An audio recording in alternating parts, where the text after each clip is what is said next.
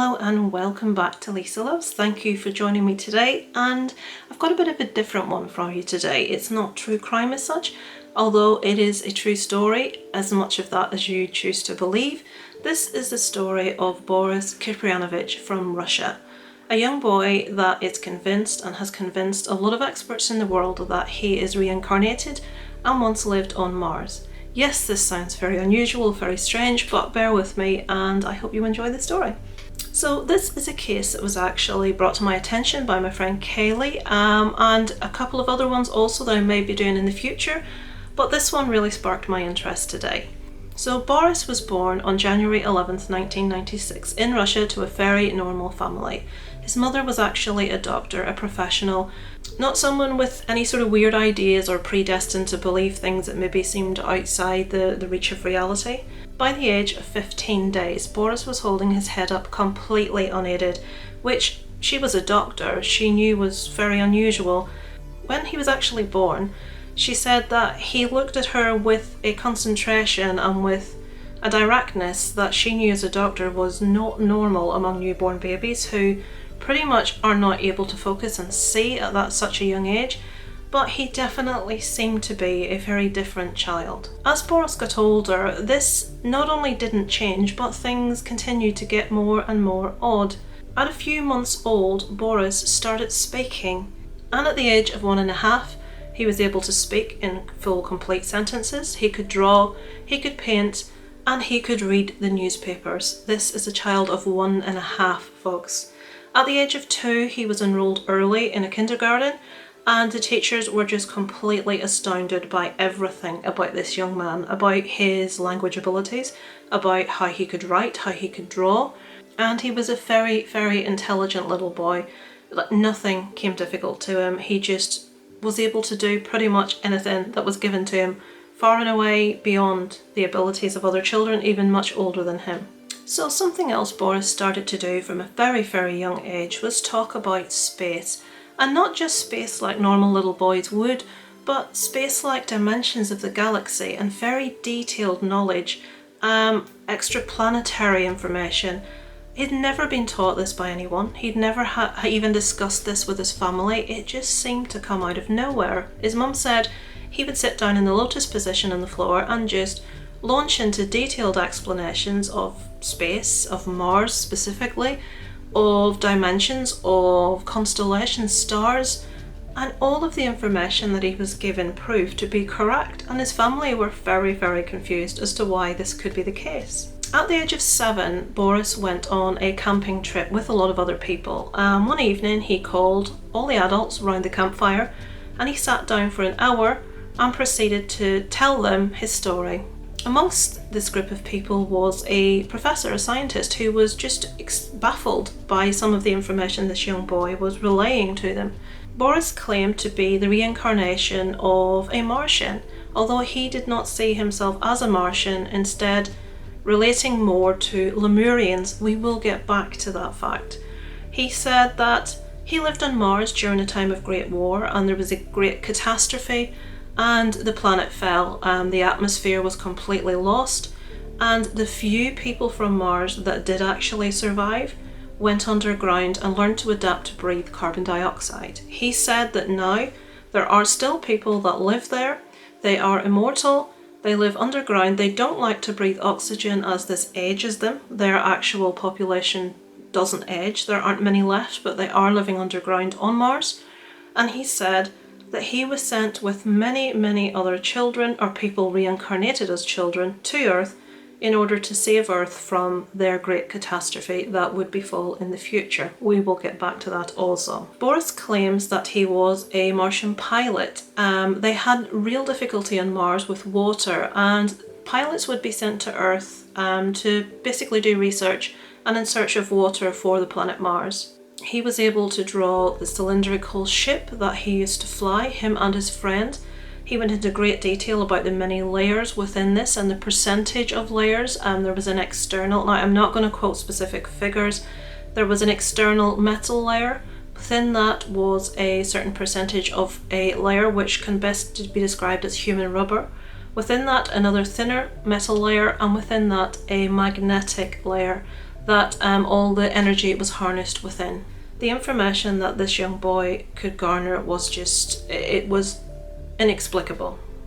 He went on to say that the people of Mars quite often visited Earth, and when they did, it was usually Egypt. Now, I don't know how much you know about Egypt and Egyptian hieroglyphics, but something that has puzzled people for many years is the inclusion of objects that can only be described as UFOs on Egyptian hieroglyphics. Boris also said that the world would change irreparably, and this would happen when the Great Sphinx of Giza was finally opened. He also said that there was a mechanism that was somewhere behind one of the ears of the Sphinx that would enable this to happen. Now, amazingly, sometime after this, there was research done into the Sphinx by many experts, and there was found to be a hollow area behind this, so there's something in there, there's something inside the Sphinx. How would potentially a little boy have this knowledge? And obviously, he provided this knowledge before this potential mechanism was ever discovered. So going back to Mars, Boris also said that the Martians were immortal. They aged up to the age of 35, and if they hadn't been killed before this age, they would stay at that age forever. 35, they would be immortal. He also described the main ships that they usually use to be triangular in shape, and they would be powered by plasma and ion. Again, I say to you, this is a young boy, and this information is just beyond the reach of probably most adults that he is providing to people, and scientists the world over have been left scratching their heads. Boris says that when he was a teenager on Mars, a nuclear war erupted, and this was the cause of the loss of their atmosphere. And on Mars they actually tried to make a second sun from Jupiter, but they failed. And a spot has been left on Jupiter to sort of show that they attempted to do this, that this has happened.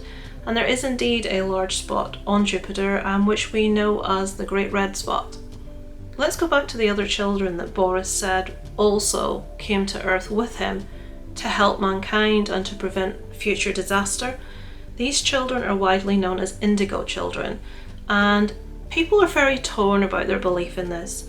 Children are very commonly diagnosed with autism or ADHD, when certain sides of society say that they are simply indigo children, children that have abilities beyond normal children, children that don't conform to anything normal. They are disruptive in school, they don't follow the norm, they rebel from parents. Things just for them, life here is just a bit outside of normality for them, and they don't conform very well to it. But they have almost like a sixth sense. They know and see things that other children can't. They have abilities that can't be explained. That's something obviously that's very much down to your own personal belief system as to whether that's something that you believe or don't. But Boris claims that he is an indigo child and that other children that have been sent with him are also indigo children. So let's get back to Lemuria, which I mentioned earlier. Boris did refer to Lemuria and said that he was very closely linked, and his race was very closely linked to the people of Lemuria who were once on Earth. Now Lemuria was, and again this is contested, some experts believe it's the case, some don't, is an entire continent that was lost many years ago due to a disaster, the kind of which that Boris is trying to warn us of, that is to happen to, or actually to happen, one in 2029 and one in 2033, and these are to be associated with water. The first in 2029, he states, is going to be to do with water, and it is going to cause the loss of an entire continent, which obviously brings us back to Lemuria, a continent believed to have been lost beneath the sea due to a disaster that took part many, many years ago. Now this was believed and put forward by 19th century scientists and was very much believed to be the case. But as time has gone on, due to the existence of the theory of plate tectonics and how the Earth is moving, how lands, if you look at old maps, you'll see that certain places were all joined together at one point, and over time we have separated, moved apart. For example, Madagascar and India were once part of the same landmass, a very large continent by the name of Gondwana. Now, if you go back to 19th century, they believe that a continent was in place called Lemuria, which did sink beneath the ocean, and Boris did actually make reference to this. That's not something that's believed nowadays, so where he had that information and that name and why he knew about those people, who knows, but he states there was a continent by that name and that it did sink underneath the sea. It was lost to sea by natural disaster. So again, that's very much something that's down to, I suppose, your own belief system. I have watched some programs about indigo children following reading Boris's story. I do tend to err on the side of being not entirely sure when it comes to these indigo children, because a lot of the parents of the children do say and do admit that they had a massive interest in indigo children and auras and all of this stuff before their child was ever born.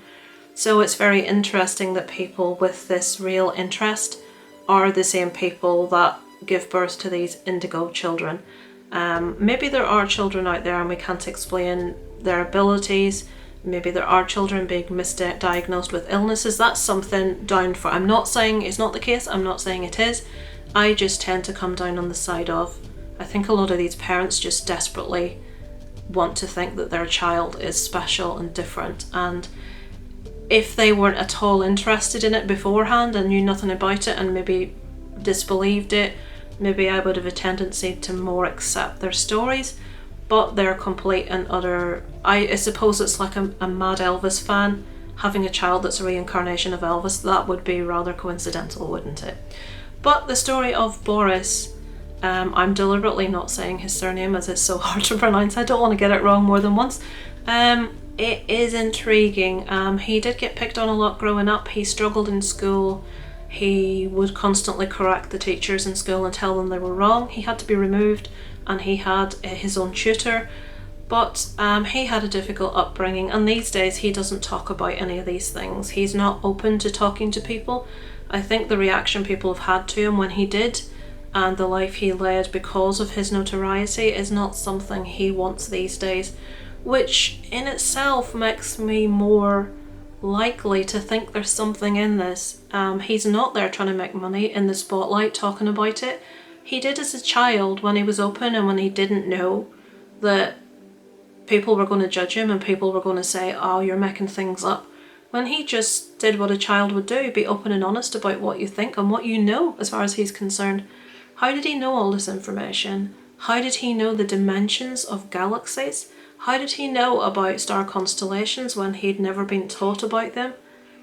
How did he know about Lemuria, and how did he know about there being something odd behind the ear of the Great Sphinx?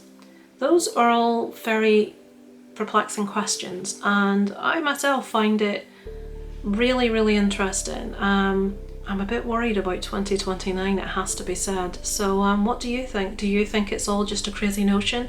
Do you think people want to make something of nothing and it's just a little boy with a wild imagination? Or do you think there may be a little bit more to this that you would love to know more about? Let me know below in the comments, and I look forward to speaking to you next time on Lisa Loves.